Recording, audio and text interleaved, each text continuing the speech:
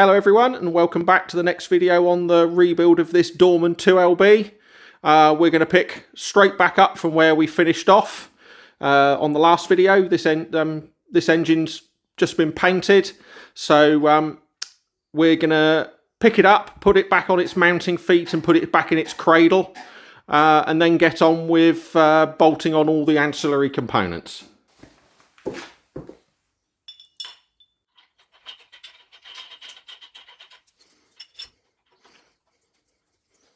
So this is the other of the two lifting eyes, so we'll get this bolted on and then we can pick the engine up and put it back in its cradle.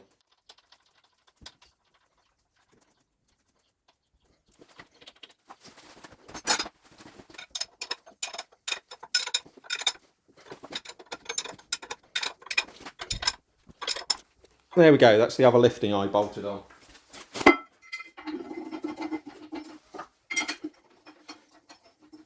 Now, in the application this engine is going into, these feet aren't needed, but it just makes it a lot easier and more stable for us test running it and for when it is transported to the railway.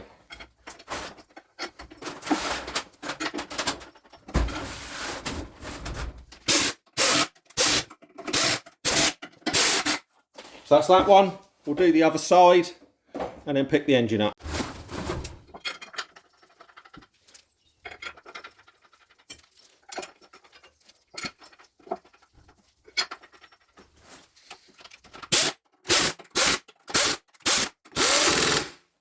Okay, and we now have the engine back up the right way and sat in its cradle, so it's nice and stable and secure now. So first job we're going to do is refit the crankcase door that goes here. Now we'll again need to make a gasket for that, so we'll get on and do that. Get that done so that seals up the crankcase. Then we'll move on to getting the flywheel on and then injectors and stuff in the top end, because then that means we can get the engine full of oil ready for its run. So we'll get on and do that now. Okay, so this is the side cover for the crankcase, and although much bigger than the gaskets we made in the last video, the principle's the same. What I'm going to do on this one is cut around the outside of it with a scalpel for the outside profile, mark down through all the holes and use a wad punch to punch the holes out, and then we'll measure up and draw on the inner profile and cut that out with a scalpel as well. And here we are with the gasket we've just made. You can see this sits here, and check it all aligns. And this hole here is the oil feed into the main bearings, so obviously important that we make sure that this hole all lines up and it's going to work okay. So that all looks good, so we'll get this crankcase door bolted on.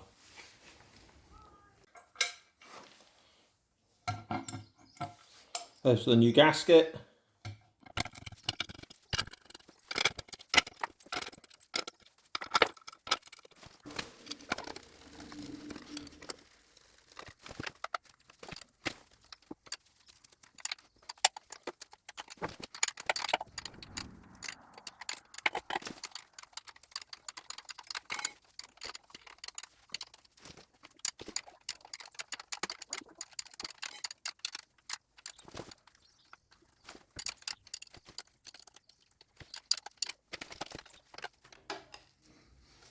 Okay, so we've jumped forward a little bit. You'll see the filter head top is on for the oil filter and the flywheel is now on. I forgot to turn the camera on, so we've missed that. I'm not taking the flywheel back off again because it weighs about 200 kilos. Anyway, we're now going to move on and get all of the inlet and exhaust manifold on, and then move on to things like the water outlet that goes here, and get the drive gear and drive shaft for the injector pump back on. So let's get on with all of that. Okay, so first up is to fit the inlet manifold on. Again, we've made new gaskets up for it, so we'll get this on first. It's a little bit fiddly because the gaskets are separate down the back and can move around, as you can see here. So to put it on loosely with the upper bolts.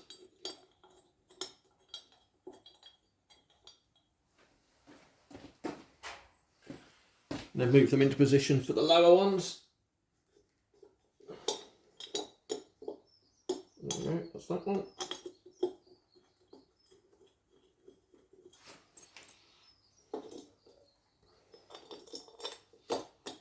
And that one.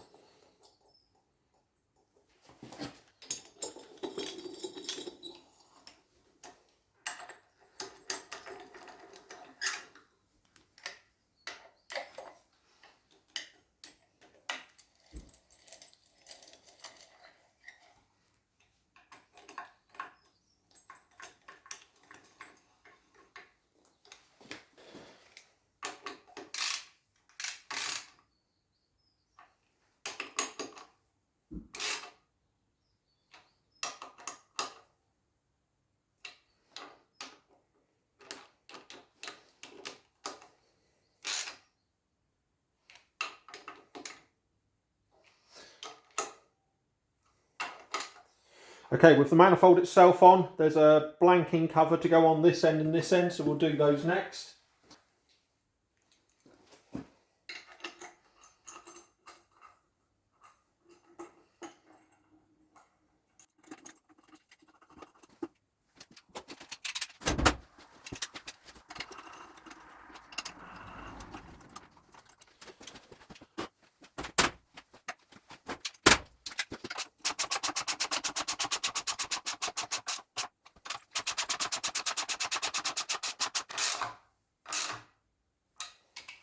Okay, that's that end on, we'll do the other side.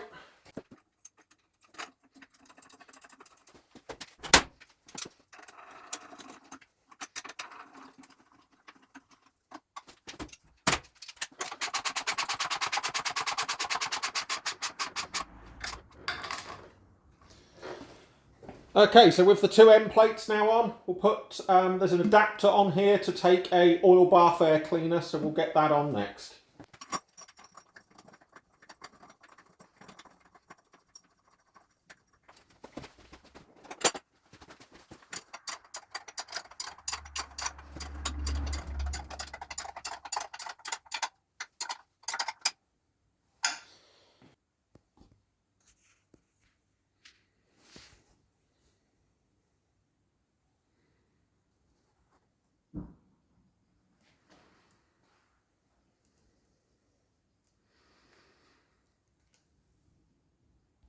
Right, with the manifolds all on, next up we'll get the injectors into the cylinder head just to seal the cylinders up.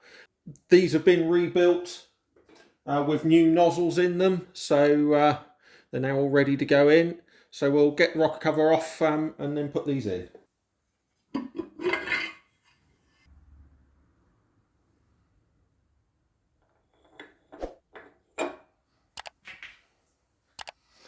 Now on these, it's quite common for the injector washer to stick down in the bottom of the sleeve that it sits in. So it's quite important to make sure it's out before you put another one in, otherwise it will alter the depth of the injector into the cylinder head. Obviously we've already done it on this, but it's something to pay attention to. Just putting a little tiny dab of oil onto the end of there so that the washer stays in place as I lower it in.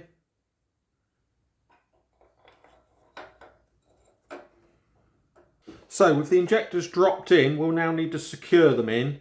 Now on the Dorman LBs like these, they're actually held in quite an interesting way. On most engines, they're either held in where the body has securing holes in it to nut bolt it down, or they'll have a bridge clamp over them that again is clamped down with the bolts. But on the Dormans like these, they actually are held in via the return line. So this is the return pipe work from the injectors, and it drops in here like this. These bridges then sit on top of them, and that is what secures the injector in. So a little bit different to many other engine models. So anyway, we'll get this all in place and bolt them in.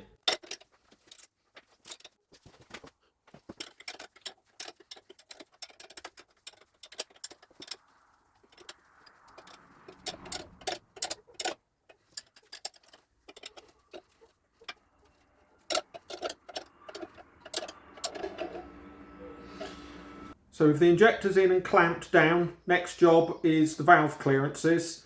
Now, we currently have number 1 at TDC, which this cylinder here, but it's TDC on the wrong stroke. So currently the valves are on the rock between exhaust and intake stroke. So if I move the flywheel, you'll see, go back the wrong way. So that's the exhaust valve closing, and then you'll see the inlet valve begin to open.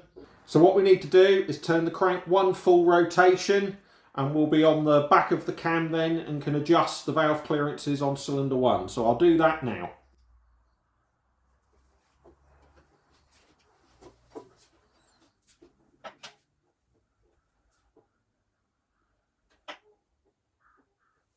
We're now on the back of the cam, and you can see there's clearance between the valves and the rockers both sides. Now the correct clearance for an LB like this is 8 thousandths of an inch with the engine cold. So we'll set these to that and then do the same for the other cylinder.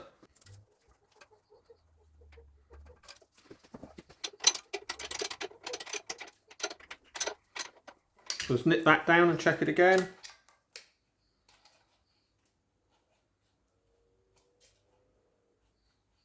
That's okay. So we'll now do the inlet valve the same.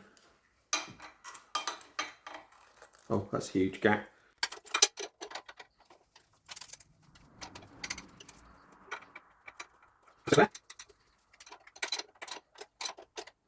And again, check that again. Okay, so that's cylinder 1 done. So we'll now do cylinder 2. So we need to find where the valves are on the rock, and then we can turn the crank 1 full rotation, and we know we're on the back of the cam, and we can adjust that cylinder. So you can see cylinder 2's valves are on the rock here. You see that one coming up, that one going down, so that's exhaust, that's inlet. So with that there, see it on the rock. So with that there, we now need to turn it 1 full rotation of the crank, and we can set the valve clearances on this cylinder. So do the inlet first.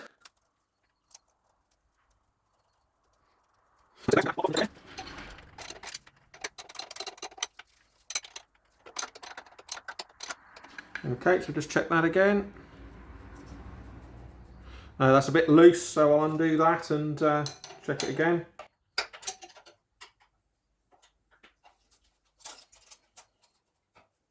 That's better.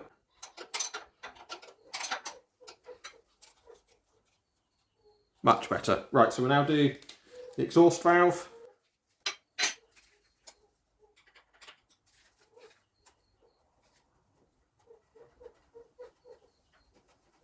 Okay, so that's good. So we'll get that one locked off as well. So that's the valve clearances all done, and the decompressors are set to where they need to be. Next job is to get the injector pump drive all in. Now, first task for this is to turn the engine over so the injection mark for number 1 cylinder is lined up, and on making sure that you're on the compression stroke, so there'll be clearance on both of these valves. Neither of them will be pressed up, which there is. So first job is to get the housing that mounts the injector pump bolted back into here. Now, this Dorman LB is quite a late one, so this has a mini-mech injection pump on it. So there's a housing that goes on here and then the injection pump. On earlier engines, there's actually a plate stuck out here, and they have an N-type injection pump, and the drive between the two, between the engine and the injection pump, is all exposed. But on this one it's not, so the process for timing this is a bit different.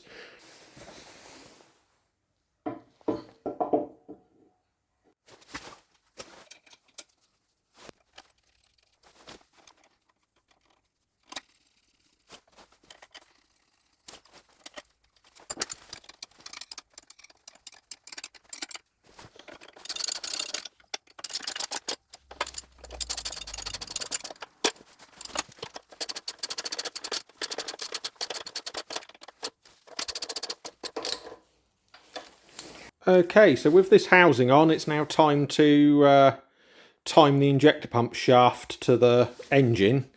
Now, on one of these that has an end-type pump, so without this housing, it's quite a simple task. To do it, the end plate that bolts on here has got scribed lines on it, marked 2L, 3L, 4L, so on, for the different numbers of cylinders that these engines were available with. And essentially, all you do is you drop this gear down in through here to mesh in with the camshaft gear, and you then slide this shaft through from this end with the keyway, when it comes out this end, aligned with the appropriate mark. So in the case of this engine, 2L, and that's it, bolt it all up. However, this engine's got a Minimec pump, as I've said, so this procedure's a bit different on this. So on this, we have to loosely attach the injector pump back onto here. On the injector pump, there is a mark for timing. You need to make sure that that is aligned. And then, same as the other method, you then drop the gear in and slide this shaft in, but so the keyway in this shaft is aligned with the keyway slot in the coupling that's on the end of the injector pump. So what we're going to do now is loosely bolt the injector pump back on, and get the this shaft all in aligned correctly.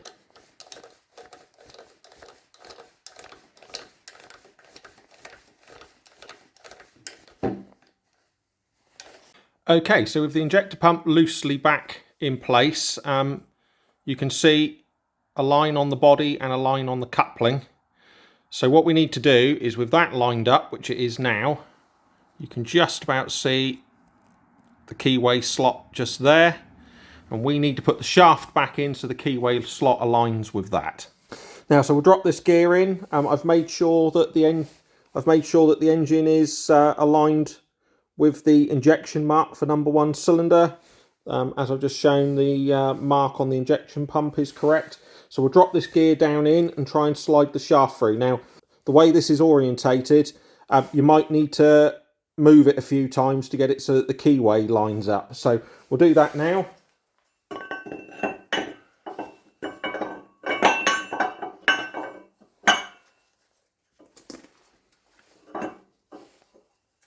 So there we go, the key at the bottom. So I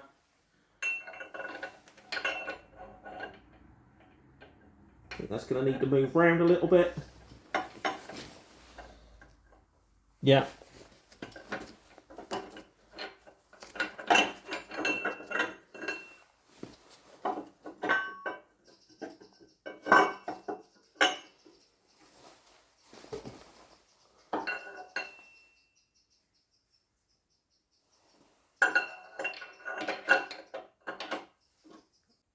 Okay, so one last check through before we put the shaft in for the last time. So you can see we've got the spill mark on the flywheel. This is aligned with this bolt hole here, which is in the middle of the inspection window.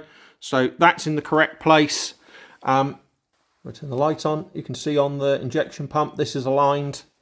And I don't know if you'll be able to see, yeah, just about. You can see the keyway. You can see the keyway and the groove in the coupling are in the right place so that we can adjust the coupling for fine adjustment at a later date. So we'll take the injector pump back off because that's not ready to be fitted to the engine yet, and then we can finish assembling the injector pump drive shaft. Okay, so with the shaft now in place and the injector pump back out the way, to finish securing this in, first of all we need to put this collar in, which is what the oil seal runs on. So that goes in here like this and pushes up against the end of the gear. The next job is to do it back up, which will pinch the shaft in against the bearing that's in this end housing and hold it in position. So this goes in here like this, and you'll see there is a hole just here, and once it's in and done up, that hole aligns with a hole in the shaft and this is put in to secure it in place. So we'll do that now, and then we can get the drive coupling onto the end of this shaft ready for the injector pump. Okay. Turn the engine over so I can see the hole here, just so we can see when we've got it aligned.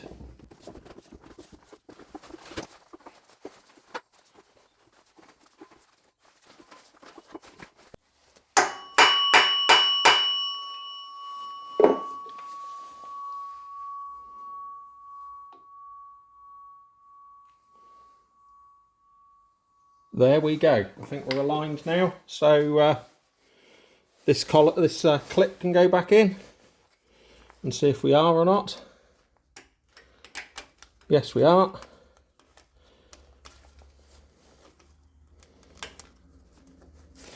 And there we go. That's it, secured in place. So next job, put the key back in and put the half coupling back on.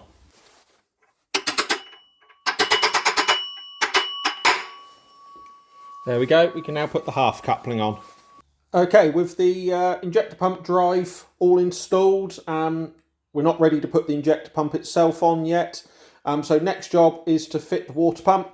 First up to do that is this spacer, and that is to space the water pump off the block enough that when the crank pulley is on, that the belts line up. So we'll get that on first, and then lift on the water pump and start assembling the various little manifold castings that go with it. And this casing goes on here.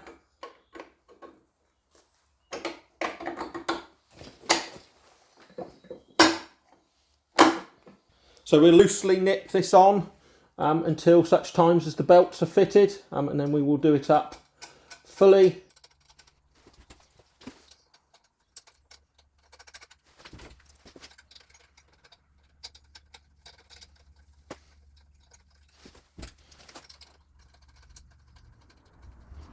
Okay, so on this setup, the water comes from water inlet, can either come in this side or this side.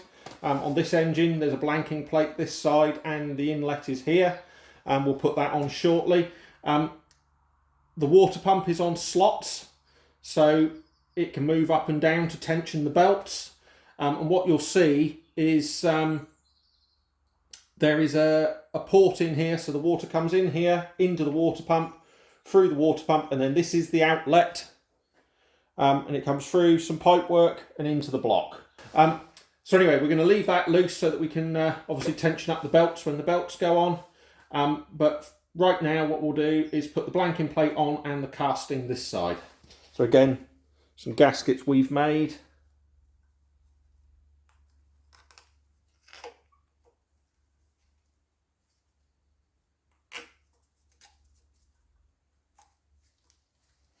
And then this is the housing for this side. Now this is the water inlet. And then blanking plate that goes on this side.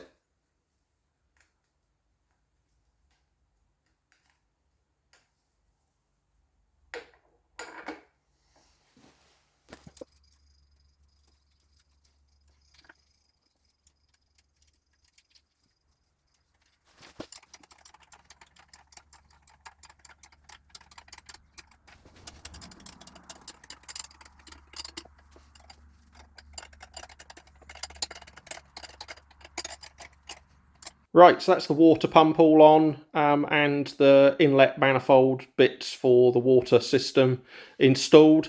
So until we've got the crank pulley on, that's where we're going to leave the water pump.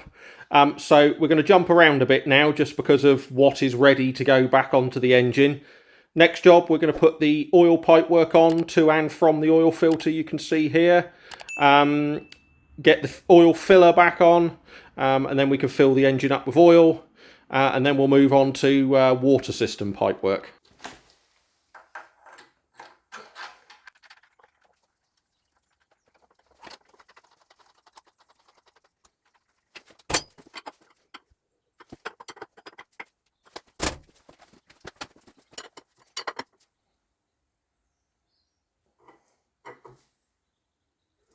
So that's from the oil filter to the main bearing. So we'll now get the pipe on that runs from the oil pressure relief valve round to the filter.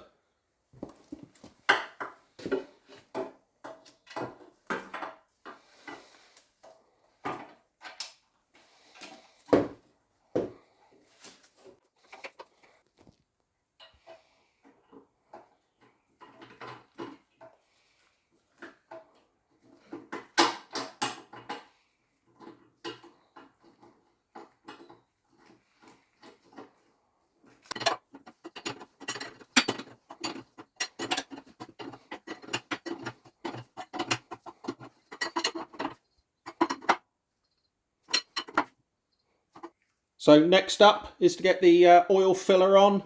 Now there's two gaskets because there is a strainer gauze on the inlet, oil filler inlet that goes here. So we'll get this all together.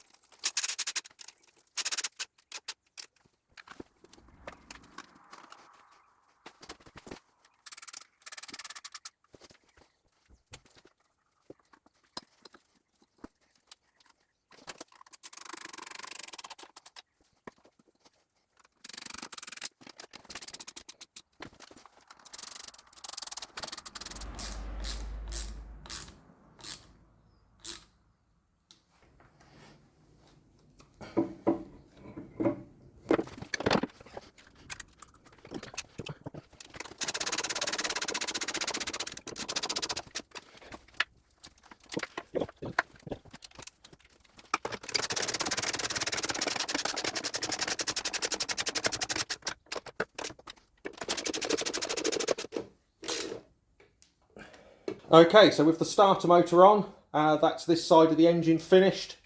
So we'll move round onto the other side of the engine and put on the injector pump. Okay, so before we can install the injector pump, we need to make sure we're on the correct stroke. So we've lined the TDC number 1 mark up on the flywheel, and what we're looking for is for these two valves to not be on the rock, so that's one valve closing and the other opening, but for actually to have clearance between the rocker arm and the valve, which we have on this one. So we're on the right stroke. So what we'll do now is turn the crank over so that we are at the spill mark. So we'll go back the wrong way and then up to the spill mark. There we go, so that's the spill mark lined up on the correct stroke, so we're on the compression stroke, so we can now install the injector pump.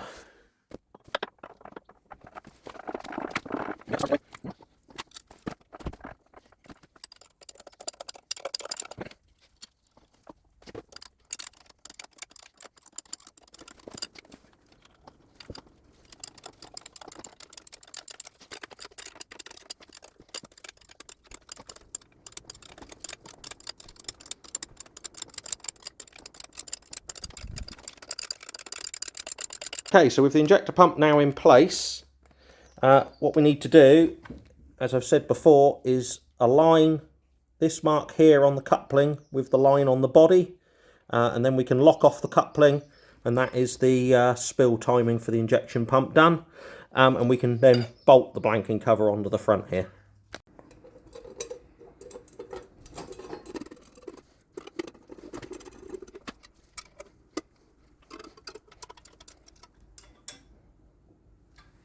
Okay, so with the injector pump all fitted, I've jumped ahead a little bit and I've bolted on the fuel filter assembly. Now this is a new unit.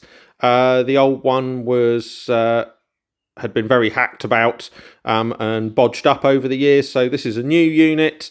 We've also made a new bracket to mount it properly. So anyway, that's now all fitted. Now, before we plumb it up, the engine originally had things like this nasty mess between the the lift pump, filter, injection pump, but I think we could do a bit better than that. So next job is to make up the fuel pipe work.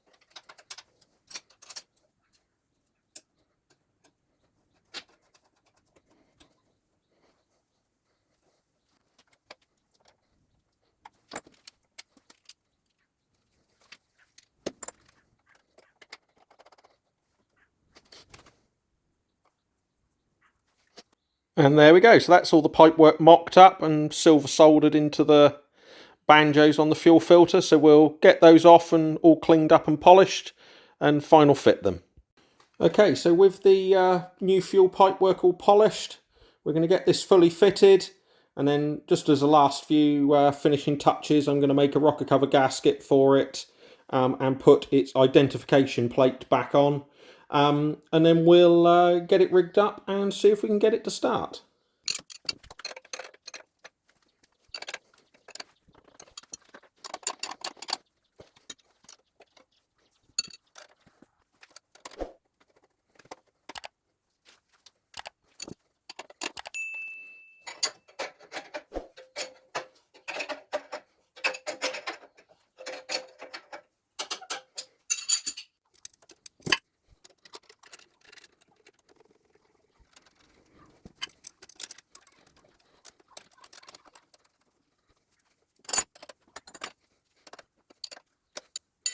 Okay, so we've done these two up. We'll leave these two undone so that we can bleed the fuel up to the injectors shortly.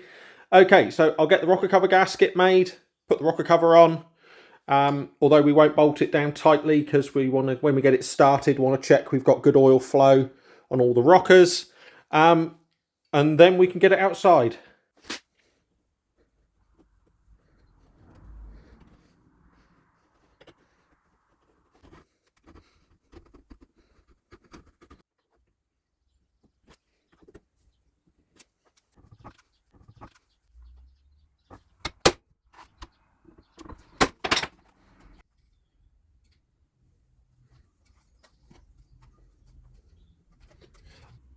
Okay, so with the rocker cover gasket now made, as I said earlier, we're not going to fit the rocker cover until we know we've got good oil flow and we've bled the fuel up to the injectors.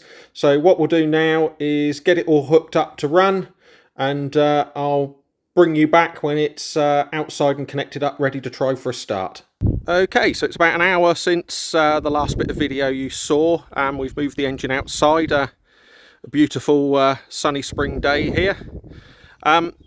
We've connected up to water tank and filled it with coolant. We've connected up the diesel and bled the fuel up to the injectors, so this is all bled up here now. We've also checked we've got oil pressure and have rechecked the oil level after registering oil pressure, just to make sure all the levels are all topped up. So we're now ready to go for a start. We'll get it running. Assuming it all runs okay, we'll keep an eye open for oil appearing up here at the rockers. If we get good oil flow, then we'll put all the rocker cover on, and then it will be on for a test run until it's up to temperature. Okay, so first up to get ready for a start, this is your throttle, so flat out idle. This is your stop lever. But you also see this pin here, that is your cold start. So I'll try and do this one-handed, but open up the throttle, press the button, and you see it locks in. That allows the rack to go over to full fuel.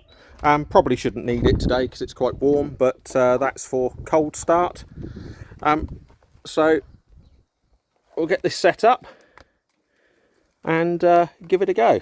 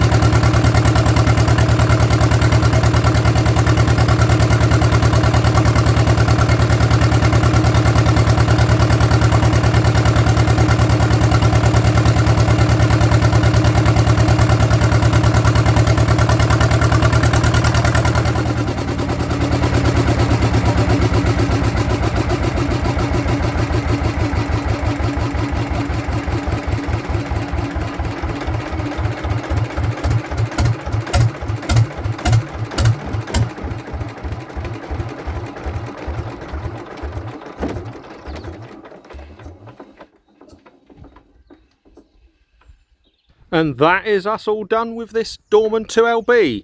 I hope you've enjoyed watching this series. Slightly different format to the LXB we did before. A little bit less detail. Do let us know whether you prefer more detail, less detail, what bits you like to see. We'll be back onto the Gardner 2LW build very soon. And there's a new arrival in the workshop which we'll introduce you to in the next few coming weeks. So I hope you've enjoyed watching the video, and see you next time. If you've enjoyed watching this video, please consider liking and subscribing. Thank you for watching, and see you next time.